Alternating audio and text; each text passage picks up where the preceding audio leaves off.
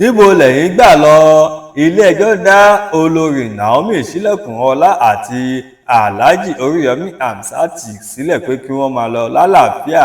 Ṣé gbogbo wa la rántí ohun tí ó ṣẹlẹ̀ sí ìyàwó Ọọ̀ni ti Ilé-Ifẹ̀ tẹ́lẹ̀ rí olórí Naomi sílẹ̀kùn ọlá àti alága iléeṣẹ́ Àgídìgbo FM aláàjì Oriyomi Hamsat àti ẹnìkẹta wọn Abdullahi Fasasi ní ọjọ́bọ̀ tọ́sídẹ̀ẹ́ ogúnjọ́ ní ilé-ẹjọ́ gíga ìlú Ìbàdàn. Adájọ́ Kamorudeen Ọláwọyìn ní kí àwọn mẹ́tẹ̀ẹ̀ta máa lọ lálàáfíà.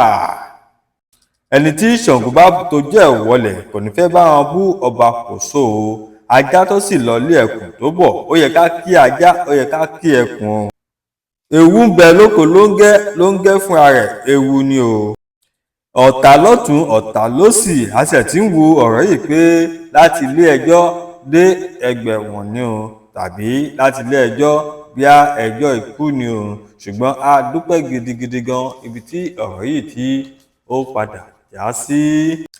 Ìbẹ̀rù yìí ó ṣojo sí gbogbo wa lọ́kàn, àgàgà nígbà tí ìjọba gangan náà tó á dá sí ọ̀rọ̀ náà.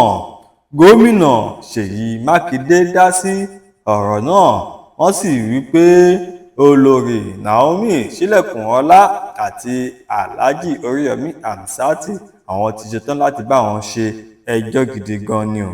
Ibẹ̀ ni ẹ̀rù ti ń ba gbogbo àwọn ọmọ Nàìjíríà gidigidi gan, torí pé a mọ̀ pé olórí Naomi àti aláàjì Oriyomi Hamsat ọmọ nǹkan kan lórí ọ̀rọ̀ yìí.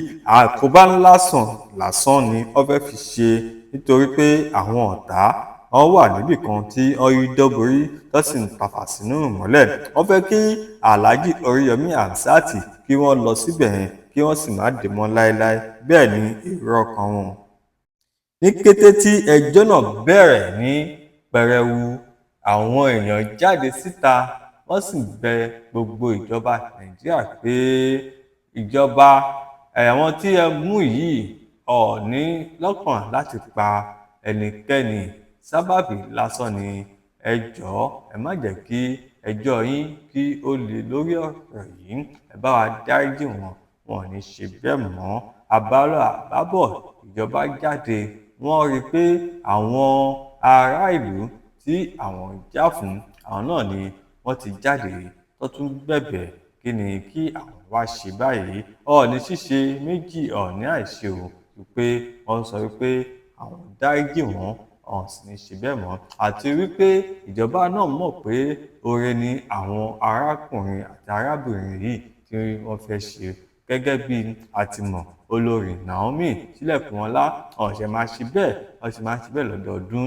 Èyí tó máa kọ́ gbé wá sí iléeṣẹ́ Àgídìgbo FM lélẹ́yìí, àápàá ní ìlú Ọ̀yọ́, pé kí àwọn ọmọdé kí wọ́n rí nǹkan jẹ ní àsìkò ọdún Kérésì àti New Year, àti àwọn aláìní wípé kí àwọn náà kí wọ́n fi ìgbádùn àti ayọ̀ kí wọ́n fi ṣe ọdún.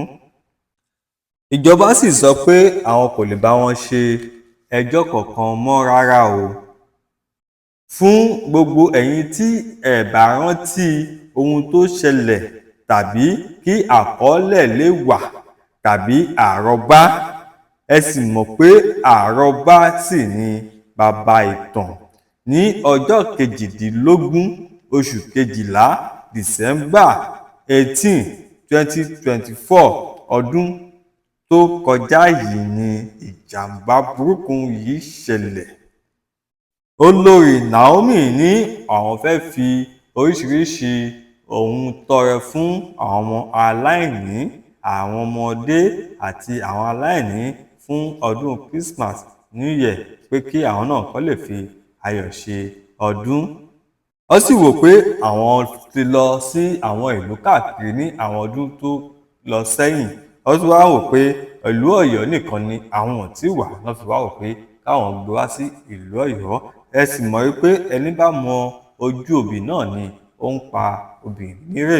Òun ló fi dífá fún pé wọ́n lọ sí iléeṣẹ́ Àgídìgbo FM tí wọ́n sì tọ Oriyomi Hamsat lọ wípé àwọn fẹ́ ṣe nǹkan báyìí, ẹ jẹ́ ká jọ ṣe kó lè dára.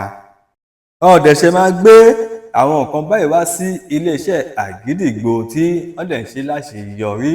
Iléeṣẹ́ àgídìgbo FM wọ́n sì rí pé nǹkan tó dára ni àwọn fẹ́ ṣe fún àwọn aláìní.